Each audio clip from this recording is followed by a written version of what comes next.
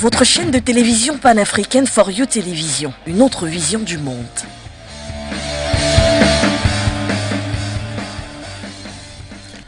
Moins d'un mois, juste après sa prise de fonction officielle en tant que président de la transition chef de l'État du Burkina Faso, le capitaine Ibrahim Traoré effectue donc sa première visite officielle hors du pays des hommes intègres et bien sûr, la destination choisie, c'est le Mali, à Bamako, rencontrer notamment son homologue le colonel Assimi Goïta, président de la transition chef de l'État de cette République.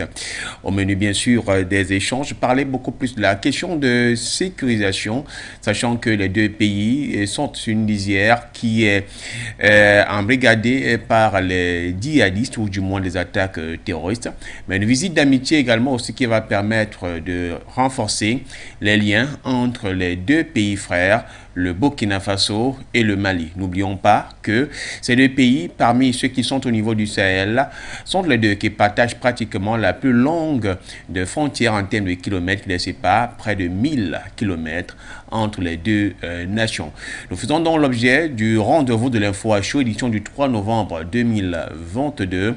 Au cours de ce rendez-vous, une occasion certainement pour les deux pays de former davantage un bloc assez soudé et serré contre l'impérialisme des puissances occidentales et des forces obscurantistes en Afrique. Burkina Faso, Mali, visite de Traoré chez Goïta, coopération bilatérale et mutualisation des moyens de combat. Au menu, voilà la thématique de l'Info à chaud. Votre chaîne de télévision panafricaine For You Télévision, une autre vision du monde.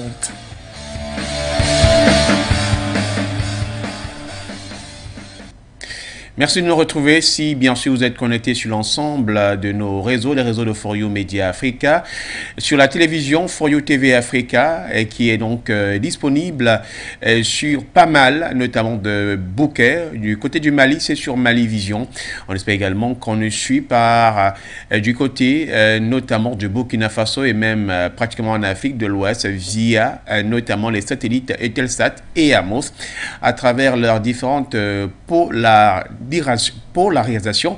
Voilà, j'y arrive enfin. Et aussi suivi aussi sur les plateformes Facebook et YouTube où une forte communauté bien sûr nous suit du côté de la diaspora. Le programme aussi est transmis sur les ondes de For You Radio, fréquence 96.3 MHz.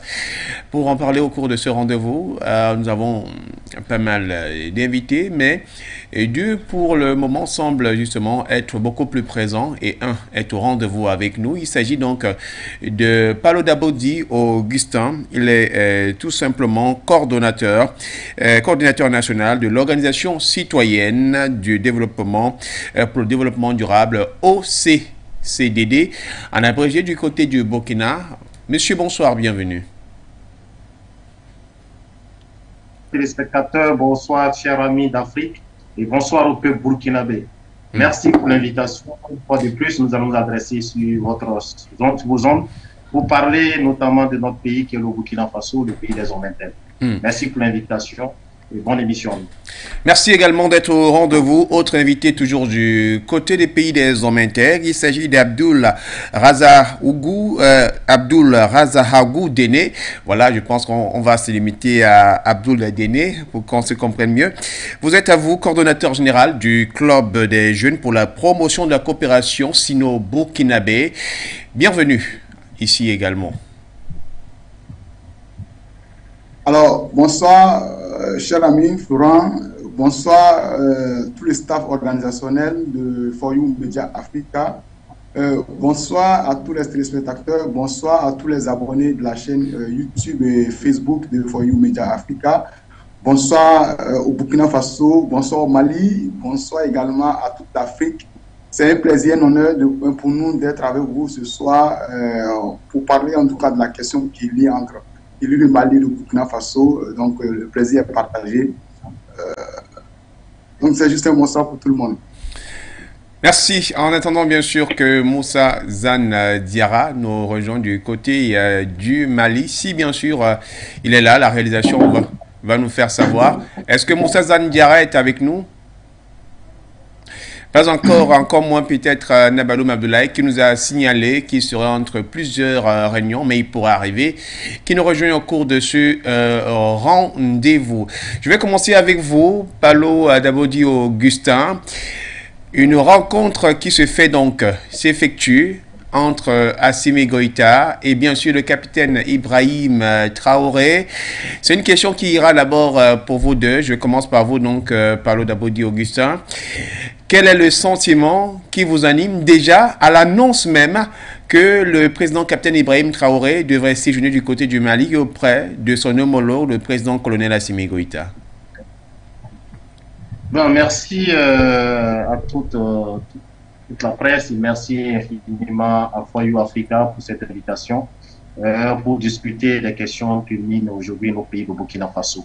La visite de notre chef d'État, je dirais Ibrahim Traoré, sa première visite d'État qui s'effectue au Mali. Le contraire nous aurait étonné parce que comme son successeur, son prédécesseur autant pour moi, quand vous prenez le lieutenant-colonel Damiba, effectue aussi sa première visite au Mali. Aujourd'hui, le peuple burkinabé en majorité demande au chef d'État, c'est notre chef d'État de faire comme le peuple malien qui a aujourd'hui Assimi Goïta à la tête du pouvoir depuis aujourd'hui, depuis le 19 août 2020. Ce qui a permis aujourd'hui au Mali d'avoir encore une avancée plus sur le terrorisme par rapport au Burkina Faso qui reste toujours accroché à ses anciennes colonies, notamment la France, les États-Unis, l'Europe tout entière qui aujourd'hui nous fout un peu la merde. Et le peuple insurgé qui est sorti le 30 septembre, le 1er octobre pour dire oui au président Traoré et dire non au président Damiba, c'est tout simplement parce que Damiba ne prenait pas les trajectoires d'Assimi Goïta. Et Ibrahim Traoré sait très bien que s'il ne va pas au Mali, qu'il fait son premier voyage en Côte d'Ivoire, au Niger ou en France, ou par exemple au Togo, tout près ici, on va le traiter de traite, on va le traiter d'un allié de l'Occident, on va le traiter d'un allié de ceux que le peuple burkinabé, surtout le peuple africain, va le combattre aujourd'hui. Raison pour laquelle il a choisi, moi je dirais, il est parti pour deux choses.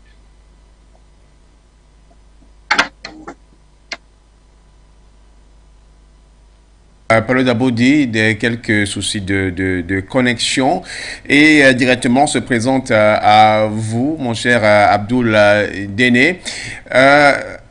Palo a évoqué tout à l'heure que le contraire vous aurait certainement surpris peut-être des panafricanistes, que le tout premier pied hors de son pays, la toute première visite officielle du capitaine Ibrahim Traoré en tant que chef d'État ne soit à un autre endroit que celui du Mali. Mais elle a évoqué que comme son prédécesseur, le lieutenant-colonel Paul-Henri Damiba Sadaogo, c'était également du côté du Mali. Sauf que nous sommes ici dans un contexte différent parce que lorsque le lieutenant-colonel Paul-Henri Sadaogo Damiba effectue la visite du côté du Mali, c'était récemment, il me souvient très bien que nous étions pratiquement le 3 mai, quelque chose dans le sens. Cette visite n'avait pas été à Mondovision, il n'y avait pas eu trop de pompes, trop d'or et paillettes autour de sa sortie, contrairement à la visite du capitaine Ibrahim Traoré du côté du Mali. Est-ce que vous pouvez nous permettre de comprendre clairement la différence de cette symbolique entre les deux? Est-ce que parce que l'autre était beaucoup plus engagé ou est beaucoup plus engagé dans une lutte panafricaniste, contrairement à l'autre qui essayait tout simplement de ne pas se tirer les foutres des panafricanistes et notamment du peuple burkinabé? Alors déjà, comme l'autre l'a si bien dit, Palo l'a si bien dit, on allait être effectivement choqué si le président Ibrahim Traoré avait fait cette visite-là dans un autre pays, autre que le Mali. Il faut dire également que le peuple burkinabé aujourd'hui regarde aussi ce que le peuple malien fait à travers tout son soutien qu'il met à l'endroit de ses dirigeants, notamment avec le colonel Goïta à la tête. Et donc, c'est dire qu'il y a aussi beaucoup d'actions communes que le Mali et le Burkina Faso peuvent réaliser ensemble. Vous savez qu'on partage les mêmes frontières. Donc, il est important pour nos chefs d'État de pouvoir collaborer ensemble dans cette lutte contre le terrorisme. Donc, pour revenir maintenant à votre question, qui est de l'engouement ou en cours, la communication, en tout cas l'engouement des populations vis-à-vis des deux voyages.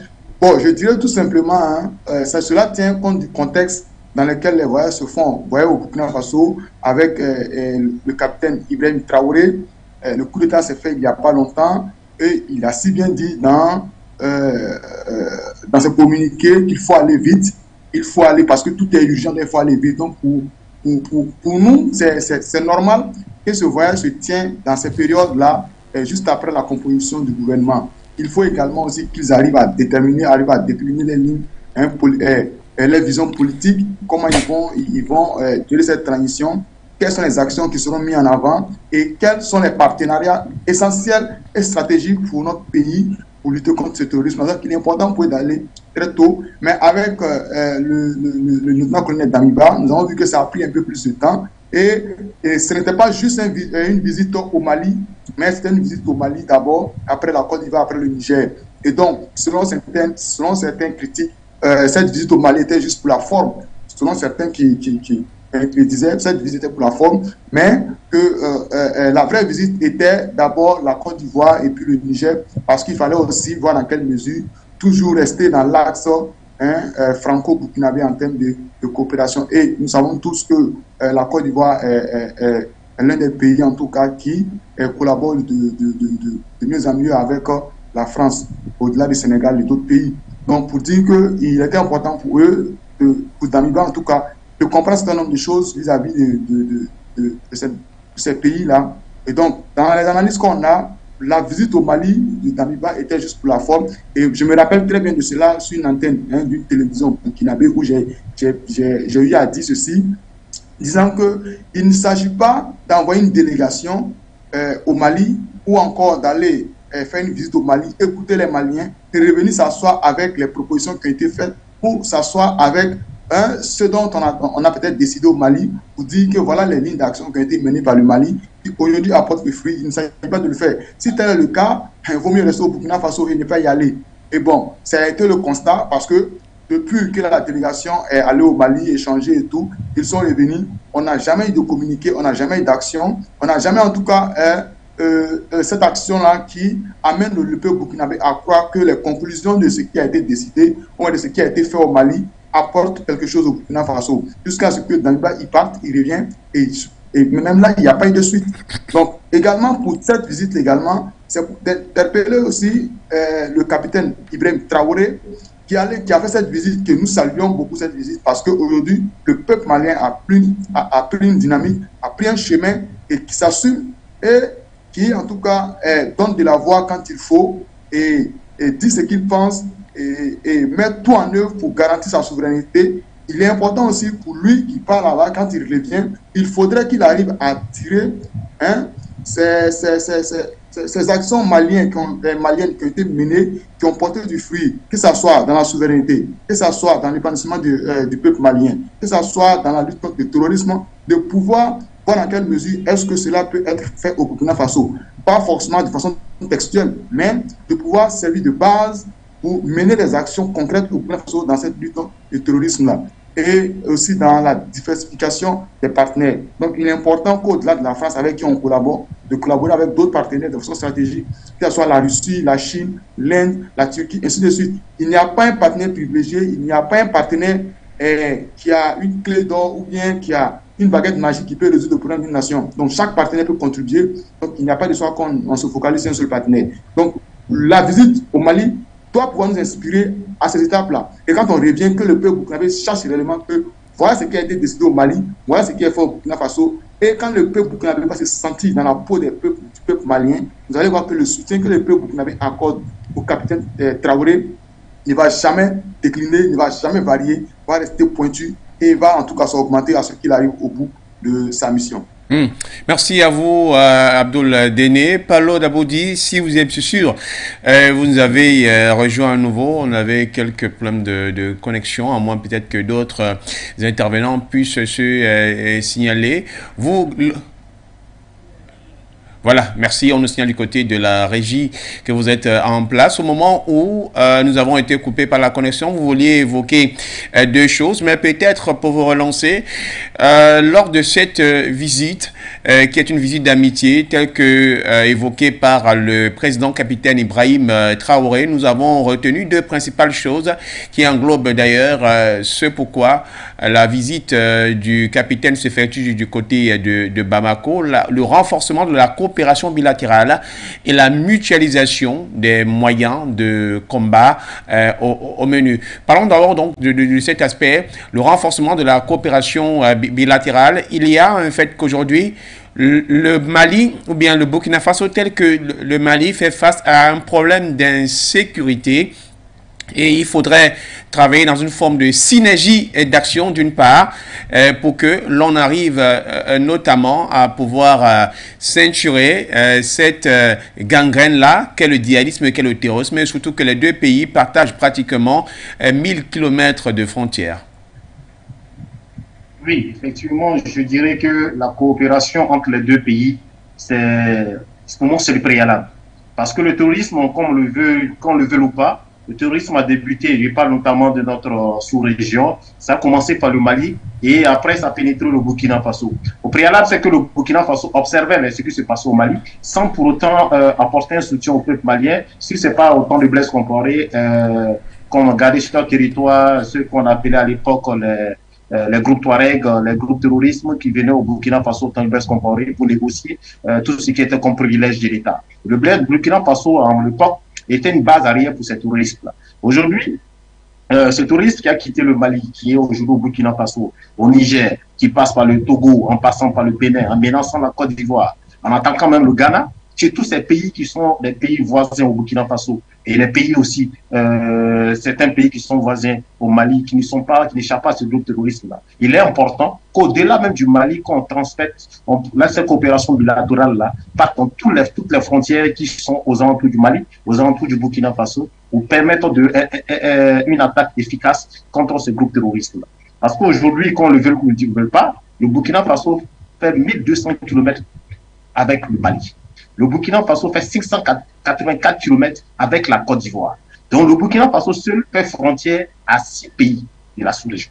Donc il faut comprendre que dans cette dynamique-là, il est important qu'on puisse vraiment mutualiser les forces pour pouvoir combattre ces groupes terroristes-là. C'est-à-dire qu'on les combat sur le terrain ici au Burkina Faso, quand les terroristes fuient, c'est au Mali qui rentrent directement, ou bien soit au Niger. Vu que les frontières sont séparées par les colons, en Afrique, la France encore. Donc, on se retrouve dans une position où on ne peut pas traverser nos frontières sans avoir l'autorisation de nos pays voisins pour pouvoir mener ces attaques offensives contre ces terroristes. Donc, on se met à combattre toujours à la retraite. Et quand les terroristes nous attaquent, et quand ils finissent de mener leur combat, ils cherchent un pays voisin rapidement et ils vont se réfugier, ils font ce qu'ils veulent, planifier encore des attaques et revenir encore vers le Burkina Faso.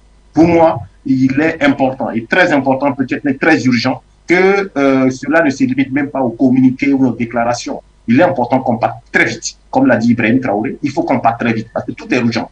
Aujourd'hui, sur le Mali s'en rend compte qu'il est important dans cette coopération bilatérale et que le Burkina Faso s'en rend compte, depuis longtemps on en parle. C'est vrai que mon co-débatteur, mon frère Abdou Déné, a vraiment déjà abordé ce point-là. Mais moi, aujourd'hui, je suis beaucoup dans les doutes. Il faut qu'on aille rapidement aux choses concrètes. Parce que si on ne va pas aux choses concrètes, qu'on reste dans les discours. Damiba l'a fait, Roch l'a fait à l'époque. Mais jusqu'à aujourd'hui, on n'a rien de façon concrète sur le terrain. Il est important aujourd'hui que le président Ibrahim Traoré puisse clairement planifier, il dit clairement quelles sont ses positions vis-à-vis de la France, vis-à-vis des pays des occidentaux plutôt, et vis-à-vis aussi des pays comme la Russie, la Chine, et pouvoir travailler. Ils vont me dire que depuis les années 60, ils sont déjà en collaboration avec la Russie, la France, comment on appelle ça, la Chine, mais ça ne suffit pas aujourd'hui. Aujourd'hui, ce que nous voulons quelque chose de concret sur le terrain. Il faut qu'on prenne une position. Ce qu'on demande, c'est pas qu'on dit merde à la France, mais qu'on dit la Russie de Bénin. On veut notre souveraineté.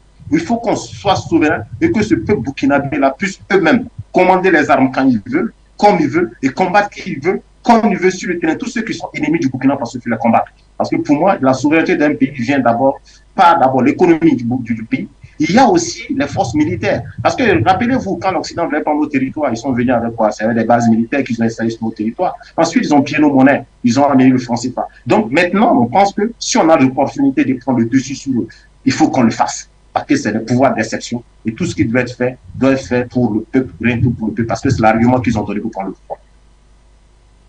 Déné, pour rester toujours dans le champ de la coopération, il est vrai qu'on va d'abord prendre l'aspect sécurité, puis cette coopération, elle est tellement vaste, elle s'ouvre à plusieurs secteurs ou à plusieurs domaines, dans le cas notamment de la sécurité face à la montée du djihadisme et du terrorisme. On parle notamment de rapports entre le Mali et le Burkina Faso. Il n'y a que cette mutualisation donc qui est évoquée au niveau des moyens de combat permettra en sorte que non seulement il y a une synergie, échange d'informations, mais pourquoi pas également aussi formation des hommes en termes notamment d'équipement, mais surtout d'une certaine prestance pour faire face à l'ennemi commun qui est bien sûr le djihadisme. Oui, il est très important que la coopération bilatérale rentre en jeu dans cette lutte contre le terrorisme. Je pense que nous, à notre niveau, nous l'avons bien compris. Quand vous me présentez, vous dites généralement que je suis le coordinateur général national du Club des jeunes pour la promotion de la coopération sino-burkinabé. Et donc, qui parle de sino-burkinabé parle de coopération entre la Chine et le Burkina de façon bilatérale. Et donc, nous, à notre niveau, nous avons bien compris cela. Nous savons que pour amener à bien, en tout cas, le développement de notre pays, pour amener à bien la lutte contre le terrorisme et le développement de certains secteurs de notre processus de développement, il est important qu'on ait des coopérations stratégiques et très importantes qui interviennent dans le domaine bien spécifique. Voilà, et raison pour laquelle nous avons mis notre club en place, qui est d'accompagner le partenaire chinois au Burkina Faso, mais en même temps aussi de les interpeller sur un certain nombre d'actions ou de domaines d'activité où il faut mettre la priorité. Et actuellement, dans cette phase de lutte contre le terrorisme, nous avions très récemment remis un plaidoyer auprès de l'ambassade de Chine au Burkina Faso pour accompagner le MPC2. Abdoul. Permettez qu'on reste purement dans le champ entre le Burkina et le Mali. On pourra évoquer la question du partenaire tout à l'heure. N'allons pas directement, puisqu'il y a certaines choses qu'il faudrait évoquer d'abord, s'il vous plaît. D'accord, oui, absolument. Donc, je vais rejoindre en tout cas les propos de mon frère qui dit, vous voyez, on a la frontière avec le Mali. Donc, il est très important, en restant dans ce champ-là, qu'il y ait une coopération bilatérale entre le Mali et le Burkina. Mais comme il a si bien dit, il ne faudrait pas que ça soit une coopération dans les papiers ou dans les déclarations ou dans les communiqués. Mais il faut une coopération bilatérale stratégique impactante sur le terrain qui prennent en compte les différents domaines d'activité ou en tout cas les différents acteurs. Notamment au niveau militaire, il faut une coordination entre l'armée malienne et l'armée burkinabé qui, lorsque l'armée burkinabé est en train de riposter peut-être à des attaques terroristes ou en train de mener une offensive sur, comment on appelle ça, le terrorisme, l'armée puisse communiquer auprès de l'armée malienne pour dire que voilà telle opération qui est menée dans telle zone, il y a de fortes chances que les terroristes replient vers votre zone. Et là, en ce moment, l'armée malienne aussi se prépare de sorte à ce qu'ils puissent aussi riposter. Donc, il est important que cette coopération bilatérale soit effective.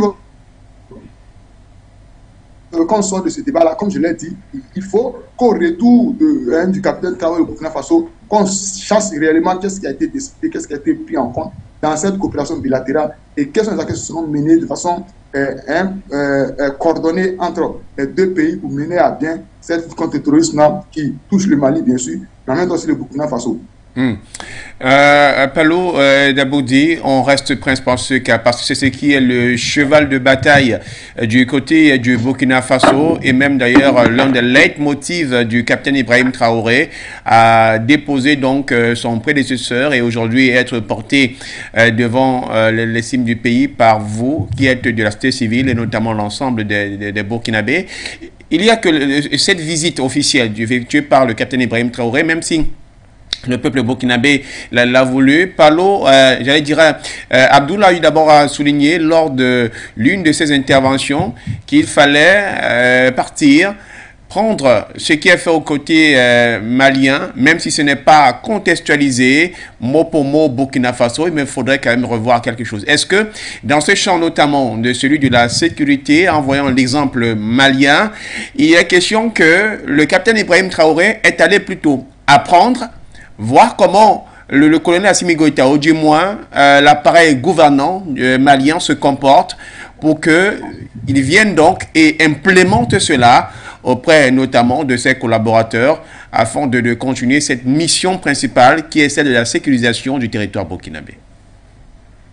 À mon niveau, moi je pense que si c'est maintenant que le président, le capitaine Ibrahim Traoré va prendre auprès du peuple malien, notamment de Assimi Goïta, pour venir appliquer au niveau du Burkina Faso, c'est que vraiment nous sommes beaucoup en retard. Parce que quand il prenait le pouvoir, il a dit clairement, le MPSR, il a dit que c'est le MPSR qui continue, et les lignes directrices qu'ils avaient données au président Damiba ne suivaient plus cette ligne directrice-là, raison pour laquelle ils ont mis Damiba de côté pour prendre le pouvoir. Donc pour moi, c'est que c'est quelque chose qui était préparé, programmé, avec les lignes directrices très claires, et il savait où il commençait, où il devait terminer. Et la première fois qu'il a rencontré les premiers secrétaires généraux du gouvernement, du reste-gouvernement, je parle notamment du gouvernement de Damiba, il a dit qu'il faut combattre vite, que ce qu'il devait faire en 3 mois doit être plus que ce que Damiba a fait en 8 mois. Il faut rappeler qu'il était parmi ceux qui ont fait le coup d'État au Macky Sall Kaboré le 24 janvier. Donc, ils avaient déjà leur programme en place. Sûrement que Damiba a violé leur programme, c'est-à-dire qu'il a mis de côté le programme qu'ils avaient planifié, raison pour laquelle ils ont pris le pouvoir pour rectifier le tir, comme il a dit. Et il a même encore dit dans un de ses communiqués, bon, pas lui, pas un de ses lieutenants, parce que quand il a pris le pouvoir, il a fait le communiqué pour qu'ils ont pris le pouvoir. Et à un moment donné, Damiba voulait faire une offensive. Il a dit qu'ils sont dans une position de changer de partenaire. Raison pour laquelle Damiba serait réfugié dans une base militaire française qui se trouve à Cambrosset. Aujourd'hui, nous pensons très bien qu'il a déjà toutes ses positions en tête, il a déjà tout son programme. Ce qu'il allait chercher au Mali, selon moi, c'est qu'il allait voir le Mali, comment aujourd'hui nous pouvons collaborer de façon concrète sur le terrain pour neutraliser ces terrorismes-là qui font du mal à nos continents, à nos peuples. Et si ce n'est pas le cas, c'est que vraiment, je ne pense pas que cette visite-là devait avoir lieu. Parce que si c'était pour aller encore comprendre, eh bien, il pouvait envoyer des émissaires pour aller comprendre, étudier la situation venir. Parce que s'il doit étudier pour venir et puis bosser, repartir encore composer son évaluation, eh bien, c'est sûr que le Burkina Faso risque de couler aux mains des terroristes. Donc, pour moi, je pense qu'il avait déjà une planification, un programme, et qui pense que c'est avec le peuple malien, c'est-à-dire avec le président Assimi Goïta, qu'il peut mener son programme, il peut dérouler son programme. Raison pour laquelle cette visite est effectuée très rapidement aux côtés du Mali, aux côtés de Bamako, pour vraiment régler cette situation bilatérale. Revenons maintenant à la formation des hommes, comme vous l'avez posé à mon frère Abdou. Il faut aujourd'hui, cette coopération qu'on veut, on ne veut pas que des groupes militaires d'autres pays viennent s'installer sur nos territoires. Parce que ce serait mal, moi ça me sentirait très mal de voir que le Mali, la Russie, maîtrise plus le militaire russe, maîtrise plus nos territoires que les militaires burkinabés. Il est important aujourd'hui, cette coopération qu'on veut avec bilatérale avec d'autres pays de l'extérieur, c'est qu'on veut, c'est l'achat des armes. Il faut qu'on arrive à acheter, même s'il faut prévoir à fabriquer les armes sur notre propre territoire, mais pour l'instant, qu'on soit libre de pouvoir acheter nos armes. Même nos militaires, de façon efficace sur le terrain, il va falloir que peut-être, au lieu de faire des prestations militaires avec d'autres pays, ce que les gens appellent en griffe des mercenaires, nos militaires ont des capacités. Ce qu'ils ont besoin, c'est des armes sophistiquées. Ils ont besoin d'une protection individuelle sophistiquée qui pourrait les faire face, les mettre en face au ce groupe terroriste qui est le djihadisme. Donc, pour moi, il est important aujourd'hui qu'on parte vite, de ne pas se limiter à ces discours, à ces déclarations, mais c'est le terrain qui commande la manœuvre. Voilà, merci à vous. On nous rappelle que notre troisième intervenant est avec nous, Moussa Zandiara, depuis donc Bamako, au Mali, le vice-président du réseau des jeunes actifs RJA. Moussa, bonsoir, bienvenue. Et bonsoir Florent, bonsoir aux auditeurs et à mes frères burkinabé, Palo et Abdoul. Vraiment, je vous salue. Voilà, vous avez trouvé que nous sommes déjà de pied en paix dans ce programme. La question que nous souhaitons vous poser déjà et directement, comment est-ce que avez-vous trouvé la visite effectuée par le capitaine Ibrahim Traoré du côté donc du Mali auprès du colonel Assimi Goïta? Vous avez juste 1 minute, vraiment Moussa, 1 minute avant de penser à une question qui est très essentielle pour prendre le rythme. Oui, merci bien. Bon, moi, je vais rentrer directement parce que cette visite, nous, on le considère d'abord comme une visite de prise vraiment de contact et de travail entre deux frères d'armes et entre deux présidents et entre aussi deux pays qui subissent une lutte contre les djihadistes depuis vraiment des années maintenant, qui peut partager aussi des expériences et vraiment des stratégies pour mener à bien vraiment ce combat sur le terrain. Voilà, donc on va rester avec vous pour vous demander, et cette fois-ci, est-ce que vous pensez clairement que sur le plan notamment de la mutualisation des forces et puis la coopération bilatérale, le plan notamment des accords peut-être de défense ou bien de sécurité face à la montée du djihadisme, et sachant que le Mali et le Burkina Faso sont dans la zone sahélienne, est-ce que l'on devrait envisager quelque part, parlant d'une force d'action de synergie, à une certaine force qui serait une force donc mutuelle entre les deux pays qui ne serait pas différente par exemple du G5 Sahel afin de protéger les frontières à la fois maliennes et burkinabé face à la montée du djihadisme?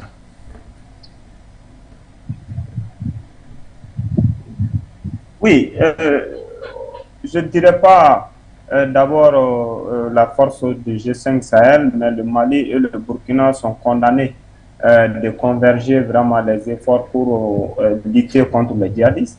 Parce que quand tu prends notre situation géographique, le Mali partage plus de 1000 km de frontières entre nos deux pays. Donc, en plus aussi, les villes et les villages qui sont au bord de ces frontières, même les régions, c'est des régions qui sont plus touchées par le combat de ces djihadistes depuis le début de cette crise. Donc, quand il fait la comparaison entre la frontière du Mali et celle de l'Algérie, ou la frontière du Mali et celle de la frontière ivoirienne ou guinéenne, tu trouveras que avec la frontière burkinabé, nous sommes plus confrontés à cette lutte et nous avons subi plus vraiment des morts et des villages détruits par vraiment ces deux frontières, ces deux pays vraiment qui partagent le même destin sur cette zone. Donc maintenant, qu'est-ce qu'il y a lieu de faire? C'est de conjuguer nos efforts. Qu'est-ce qui a fait partir nos deux précédents présidents au Mali ici? C'était dû à cette crise, que ce soit le général Amadou Toumani Touré ATT, que ce soit Ibrahim Boubacar Keïta IBK. Ces deux pays ont été vraiment chassés suite à un coup d'État par les militaires. Faute de quoi? Parce qu'il y avait l'insécurité grandissante et il y avait vraiment un manque vraiment de contrôle sur notre territoire. Maintenant, nous avons aussi vu que ce même scénario s'est produit chez nos frères burkinabés. Maintenant, qu'est-ce qu'il faut faire? Et il y a eu aussi des coups d'État vraiment par rapport à cette même situation qui est aussi la situation sécuritaire. Donc, nous sommes condamnés vraiment à conjuguer et à partager nos expériences. Parce que le Mali, plus de 10 ans, bientôt je peux dire plus de 12 ans, nous subissons la même guerre, la même stratégie de combat et nous avons connu vraiment pas mal de pertes et nous avons aussi appris beaucoup sur le terrain parce que aucun soldat ne peut vraiment être aguerri en restant vraiment entre les quatre murs. Il faut être sur le terrain, connaître la réalité, connaître vraiment les déficits qui sont liés vraiment sur le terrain et connaître aussi la moralité même des hommes sur le terrain et la réalité aussi entre les ethnies qui se battent aussi sur le terrain. Donc, les hommes de terrain, vraiment, c'est des éléments qui sont vraiment maintenant, après, vraiment, ont la connaissance sur cette stratégie et sur cette méthodologie qu'on peut mener à bien sur le terrain. Et je suis sûr que le capitaine Ibrahim Traoré en sait beaucoup et aussi le colonel Assimi Goïta, lui aussi, il a fait vraiment tout son temps, presque la moitié de son service au nord du Mali. Ils connaissent beaucoup et il dirige aussi une force spéciale il dirigeait une force spéciale avant de devenir vraiment le président. Et je sais aussi que Ibrahim Traoré, le capitaine aussi, est dans une vraiment unité spéciale. Il connaît aussi vraiment la réalité du terrain et il connaît aussi les déficits, surtout le côté matériel. Ce que mon frère a dit avant que je prenne la parole, il nous faut vraiment l'équipement et il nous faut aussi l'effectif. Parce que notre territoire, nous avons vraiment des vastes territoires. C'est difficile vraiment de contrôler ces territoires-là Et sans matériel, sans équipement, sans effectifs, c'est difficile. Donc, le peu de moyens qu'on a, le peu d'hommes qu'on a, vraiment, ne peuvent pas vraiment tout faire parce que même dans la stratégie de guerre, il faut souvent des relèves. Parce que quand les militaires montent au front, il faut souvent les relever pour ça fait bien même moralement et ça leur donne aussi la motivation. Mais un militaire qui va au combat, qui n'a pas vraiment de relève parce qu'il y a manque d'effectifs et il y a manque d'équipement, vraiment moralement ça joue et ça peut même engendrer vraiment des défections au rang même des forces de l'armée. Et le Mali aussi a appliqué aussi des stratégies. Ces stratégies-là, comme on appelle des insertions des anciens combattants au rang des militaires. Nous avons vu ces derniers moments, le Mali a fait ses recrutements. Comme on le voit au Burkina, il y a ces civils-là qui défendent leur territoire. C'est des groupes d'autodéfense. Mais le Mali a fait vraiment une vaste campagne d'enrôlement de ces militaires, de ces jeunes-là aussi, au rang des militaires. Et c'est eux aussi qui sont maintenant présentement déployés sur le terrain parce qu'ils maîtrisent le terrain. Ils étaient au front auprès des militaires, ils défendaient leur propre village, ils connaissent aussi la réalité de ces combats et c'est ces ethnies-là qui se battent entre eux, qui sont enrôlés et qui se connaissent et ça peut aussi vraiment diminuer la tension et ça peut aussi vraiment freiner un peu la montée de cette crise dans nos villages et nos villes qui sont vraiment confrontés depuis fort longtemps. Voilà, merci à vous Moussa Zane Diarra, Abdoul Déné. On vient à vous. Il y a toujours cette affaire notamment de condamner à conjuguer ensemble, d'où la mutualisation des forces.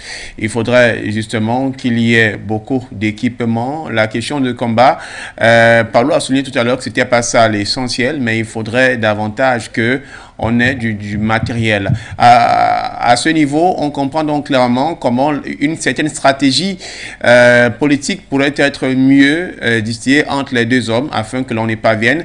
Vraiment, répondez en quelques 2 minutes avant de vous poser notre question qui concernera toujours l'aspect sur la coopération. Oui, absolument. Je partage totalement l'avis des deux confrères combattants de ce soir qui, en tout cas, qui souhaitent à ce que dans cette coopération bilatérale, là, qu'on arrive à mettre beaucoup plus en avant l'aspect militaire. Et dans cet aspect-là, qu'il y ait en tout cas le matériel qui soit mis en avant. Il est très important pour cette coopération-là qu'on arrive à mettre beaucoup plus en avant l'aspect militaire. Matériel, je devrais dire, parce que nous avons déjà des hommes capables. Nous avons des hommes capables, des militaires qui sont patriotes, qui sont prêts à aller au front, qui sont prêts en tout cas à tout donner pour qu'on puisse sortir cette crise-là. Et ce qu'il manque généralement, c'est la logistique qui manque. Des munitions, des véhicules, des chars de combat, des armes sophistiquées qui répondent aux besoins de notre siècle. Donc il est important que dans chaque coopération, qu'on arrive à mettre ça en avant. Nous n'avons aucun besoin d'un soldat d'une autre nation pour venir défendre notre territoire. Nous avons des soldats fiers, dynamiques, patriotes, engagés pour la cause de notre pays. Juste qu'ils ont besoin du matériel nécessaire, adéquat, qui les permettra en tout cas de répondre aux besoins dont on fait face. Voilà, maintenant, au-delà de l'aspect militaire de la sécurité, il y a que le Mali et le Burkina Faso ont été 2 pays qui ont connu pratiquement l'embargo de la CEDEAO, même si aujourd'hui il semble avoir de la calmie. Est-ce que cette visite, comme telle englobe la visite de travail d'amitié, ne pourrait pas aussi avoir un regard notamment sur une ouverture économique, comme se passe aujourd'hui entre le Mali et la Guinée, mais davantage pour que les 2 pays ne se retrouvent pas coincés de quelque part, mais faire en sorte que la libre circulation, même des biens économiques, soit beaucoup plus fluide aujourd'hui?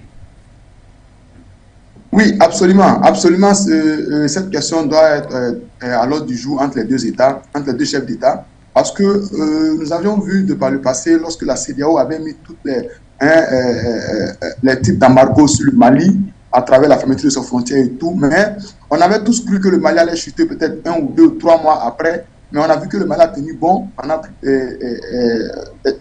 très longtemps. Et donc, il est important que notre chef d'État puisse comprendre quel a été le mécanisme ou en tout cas la procédure qui a été mise en place par l'État malien, qui nous a permis en tout cas de répondre de façon efficace à ces embargos de la CEDEAO qui ont été mis sur le Mali. pour que si le Burkina aussi emprunte un certain nombre de chemins qui correspond en tout cas au chemin que le Mali a pris et qu'il devrait y avoir en tout cas des sanctions fortes de la CEDEAO sur le Burkina, qu'on puisse également s'en sortir. Voilà, et donc il est important qu'on ait à l'ordre du jour ce débat-là, qu'on puisse comprendre qu'est-ce que le Mali a fait effectivement pour sortir, en tout cas pour pouvoir supporter ces sanctions de la CEDEAO. Parce qu'on le disait tous hein, que le Mali allait en tout cas économiquement s'écouler en 2-3 mois. Bon, on voit que jusqu'à présent le Mali tient bon.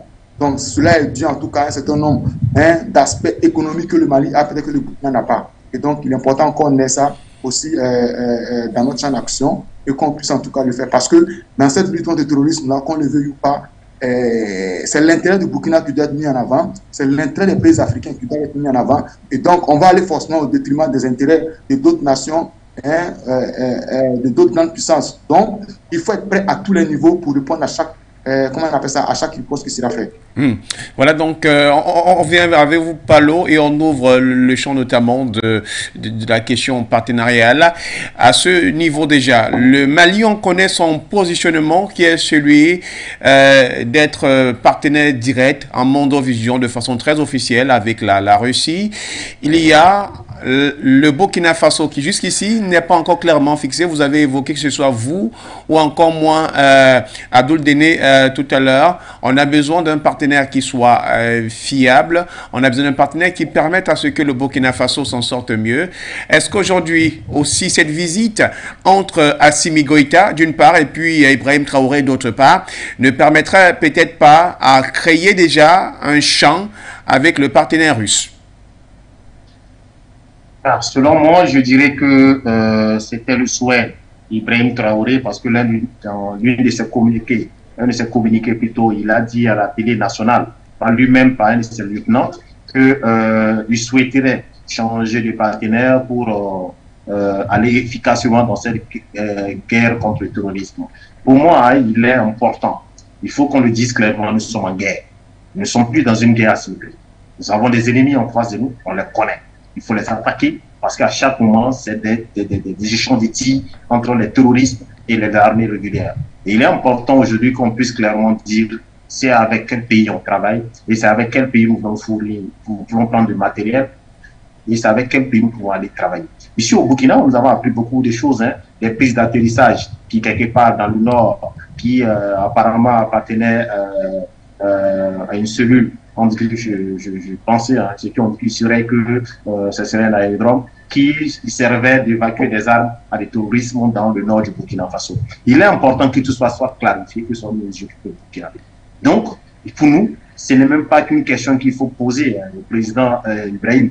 Et aujourd'hui, c'est où Damiba a échoué, il faut maintenant se servir de ça pour pouvoir construire le Burkina Faso. On a besoin des armes. Il l'a dit dans ses communiqués avec RFI. Il l'a dit dans son discours lors de la prestation de serment. Il l'a dit aussi l'une de ses communications avec le peuple burkinabé, la radio Omega. Donc, on pense très bien qu'il est dans cette lancée, à moins qu'il soit dans le populisme. Et s'il ne le fait pas, le peuple va lui demander. Mon frère Déné a parlé tout à l'heure du Mali, qui aujourd'hui, Assimi Goïta est allé très loin, il a une belle vision, oui. Mais Assimi Goïta a eu l'aval de son peuple. Il avait un carnet d'adresses bien élargi. Il avait un programme, il avait un dessin pour son pays. Et à ce moment, le peuple malien voyait déjà la vision d'Assimi Goïta comme leur vision. C'est comme c'est eux qui dictaient la loi et qui disaient au président, voilà comment il faut aller, voilà où il faut aller. Parce qu'un président, même les sanctions qu'il a essayé de mettre contre le Mali, c'est parce qu'aujourd'hui, le peuple malien avait donné leur confiance au président Assimi Goïta et qui était prêt à le couvrir comme bouclier pour qu'il puisse aller loin. Quand le peuple te protège, rien ne peut contre toi-même l'Occidental. Donc, c'est ce qu'Assimi Goïta a eu. Aujourd'hui, il a cette puissance-là. Ce regard est sur lui encore aujourd'hui au Burkina Faso. Nous prenons comme exemple de la sous-région qui fait face et qui travaille en tout cas à mettre la France sur son regard. Et aujourd'hui, la France est obligée de suivre vraiment ce que les pays sahéliens comme le Mali ont entamé comme pas. Aujourd'hui, il est important que la France, notamment qui, selon moi, sème les amis au niveau de notre sous-région, puisse vraiment dire, qu'on dise merde à cette France-là, qu'elle puisse vraiment dire merci. On ne veut plus de vous un champ d'action sur le terrain. On veut de vous pour autre chose, mais pas pour le combat sur le terrain. Aujourd'hui, il est important que le jeune, comme le président Ibrahim Traoré, puisse avoir le courage de dire clairement, voilà les actions de la France, voilà les problèmes avec la France. Nous pensons qu'aujourd'hui, les armes, nous allons prendre directement avec la Russie, avec la Turquie, avec la Chine et tous ces pays aujourd'hui qui veulent nous fournir des armes sans qu'on passe par les protocoles français ou européens, qu'on puisse le faire. On a besoin d'être des hommes formés. Comme il l'a dit mon frère tout à l'heure, les nouveaux, parce que quand vous voyez aujourd'hui, c'est les jeunes des régions, des villages, des campagnes qui méritent, qui connaissent mieux les territoires et qui se connaissent mieux entre eux. Ce sont eux qui sont capables de diriger, de sauver les territoires. Et il est important aujourd'hui, moi je pense, à mon humble avis, qu'il faut penser maintenant à donner des armes aux civils pour pouvoir combattre. Parce qu'au Burkina Faso, on a près de 13 000 militaires. Et l'armée lance un recrutement de 50 000 VDP. Donc ça veut dire que l'armée est au courant que c'est des populations qui maîtrisent mieux les territoires, ceux qui peuvent mieux sauver les territoires. Et eux, nous sont chargés de payer des armes pour nous amener, pour que nous, on puisse vraiment prendre le pouvoir se défendre sur le terrain. C'est ce que nous manque et c'est qu'il faut. Le patriotisme. Il faut que vraiment que de la part du patriotisme, qu'on ait de l'amour pour notre territoire. Et ainsi de suite, nous allons récupérer tous nos territoires. Le Mali fait plus de 1,24 millions de kilomètres carrés avec une population de 21 millions. Vous voyez déjà qu'avec cette population et cette superficie, mais le Mali aujourd'hui arrive à faire face. Alors que nous sommes à 274 000 km². C'est-à-dire que le Burkina Faso et puis le Mali, ça fait presque 5 fois. Le Mali fait presque 5 fois le Burkina Faso. Donc, nous, on a une population de 20 millions. Pourquoi le Mali arrive à s'en sortir aujourd'hui avec une superficie de plus d'1 million? Et nous, quand on a une superficie moins de 300 km², on n'arrive pas à s'en sortir avec à peu près les mêmes populations. Il y a un problème.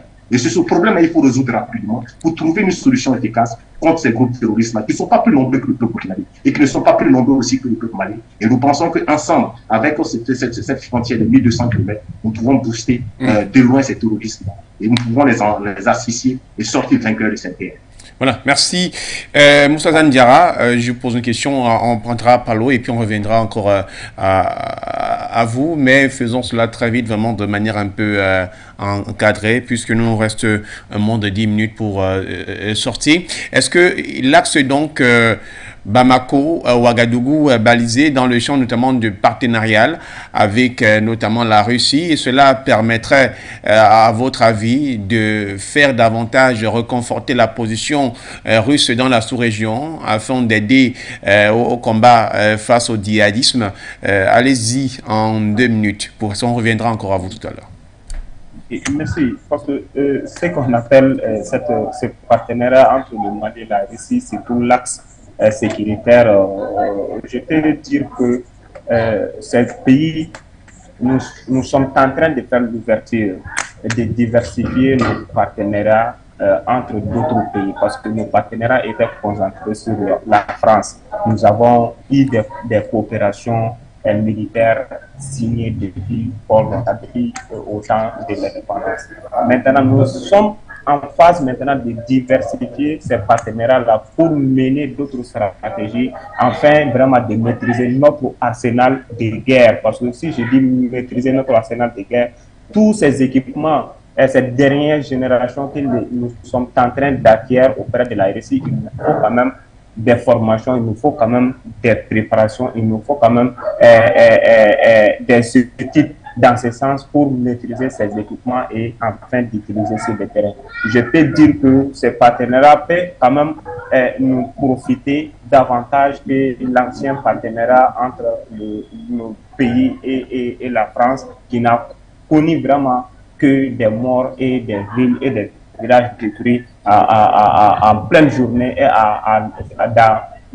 pendant des décennies. Mais avec l'arrivée quand même des instructeurs russes au Mali ici, nous avons vraiment connu un changement vraiment sur notre méthode de combat sur le terrain, parce que avec ces méthodes de guerre, c'est les officiers maliens qui sont mis en avant. Et c'est les fils du pays qui se sentent maintenant responsables de leur sort, donc ils se battent avec honneur et fierté pour vraiment gagner sur le terrain. Donc c'est un partenariat gagnant-gagnant avec ces nouveaux partenaires qui peuvent quand même nous assister dans le domaine logistique, dans le domaine aussi d'information, et ça peut nous profiter vraiment davantage sur le terrain. Voilà, merci.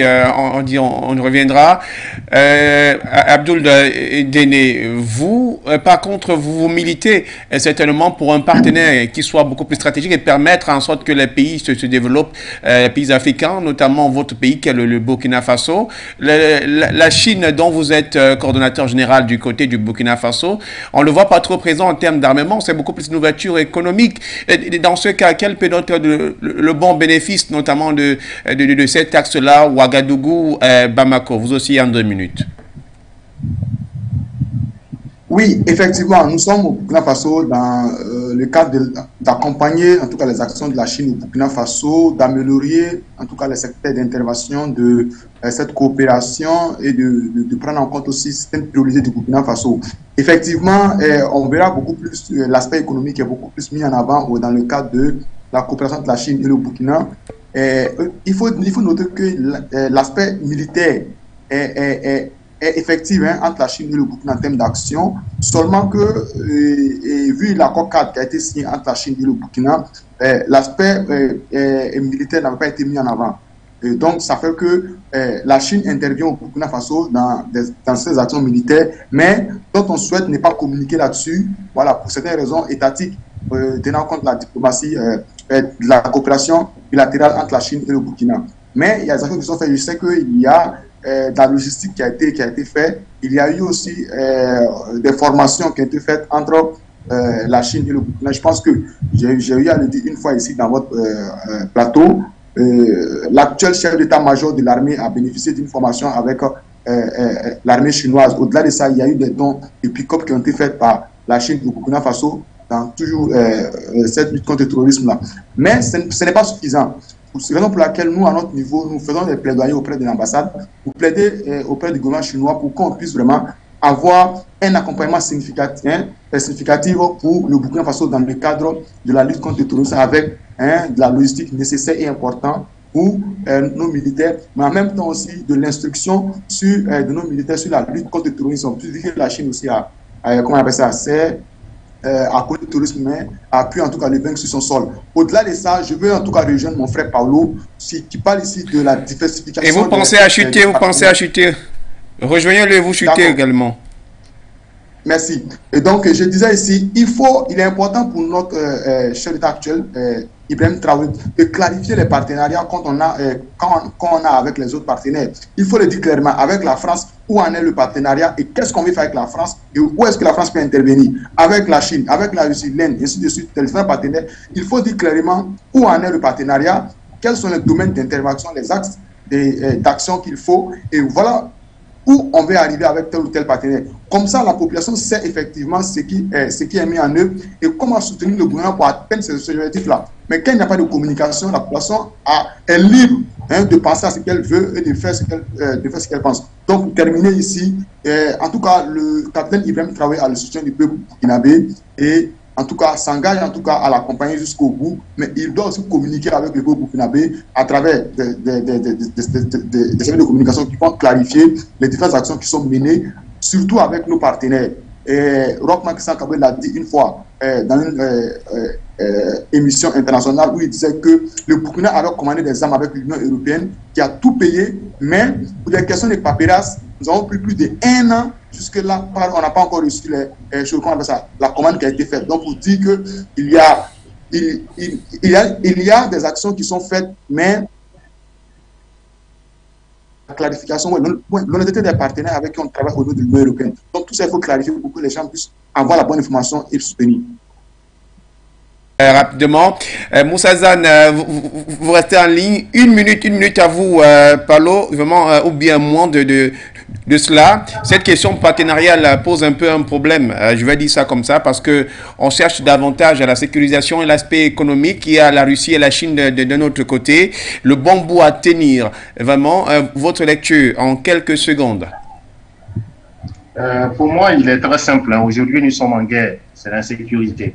Et dans tout un pays où il n'y a pas de sécurité, tout ce qui est comme action économique ne pourront pas marcher, même les actions politiques. Ça sera très compliqué que ça puisse évoluer. Il va falloir qu'on parte maintenant à un combat sérieux. C'est que nous avons besoin des armes pour combattre les terroristes. Ce qui est la phase économique va venir. On a besoin des armes pour combattre. On a besoin du social pour que les déplacés internes puissent pouvoir survivre pendant ainsi de suite. Mais nous avons les terres ici que nous pouvons produire. Comme l'a dit Thomas Sankara, produire burkinabé, consommer burkinabé et vivre burkinabé, c'est ce qui est le plus important pour nous aujourd'hui. Il est important qu'on puisse dire à tout le monde aujourd'hui. Ce n'est pas un pays qui va nous dire avec qui il faut aller, avec qui il ne faut pas aller. Quand les États-Unis disent au peuple burkinabé qu'ils mettent en garde le président Ibrahim Traoré, qui va pouvoir signer un partenariat ou bien, comment on appelle ça, un accord de combat avec le groupe mercenaire Wagner, mais il y a un problème. On ne peut pas mettre en garde tout un pays. Ça, c'est ce qu'on appelle en griffe en langage. Oui. C'est la thèse. Vous allez chuter, voilà. Vous allez chuter. Donc, il nous faut aujourd'hui un partenariat sérieux pour combattre le terrorisme-là. Et après, nous allons aller de façon politique pour chercher les partenaires économiques pour développer notre pays. Voilà, merci Moussa Zandiara. On termine également avec vous en 1 minute, puisque nous sommes en moins de... Cette question partenariat en Afrique pose un réel problème et il faudrait clairement un partenaire stratégique qui puisse à la fois aider sur le plan militaire et économique afin que le pays atteigne son indépendance. En 1 minute, votre regard là-dessus. Voilà, c'est ce que nous avons toujours demandé, les partenariats existants dont nous ne profitons rien vraiment d'abandonner ces partenariats, aller dans un partenariat qui peut vraiment nous servir davantage, qui est vraiment des partenariats gagnants-gagnants. Parce que nous avons vraiment des terres fertiles, nous avons aussi des ressources minières vraiment à hauteur de souhait et nous avons vraiment cette ressource humaine vraiment qui est la jeunesse. L'Afrique peut vraiment profiter dans beaucoup de domaines et l'Afrique est une expérience aussi vraiment pour le monde et le reste du monde. Maintenant, les partenariats que nous évoluons, que nous sommes en train vraiment d'élaborer avec les pays aujourd'hui, ça doit être des partenariats gagnants-gagnants.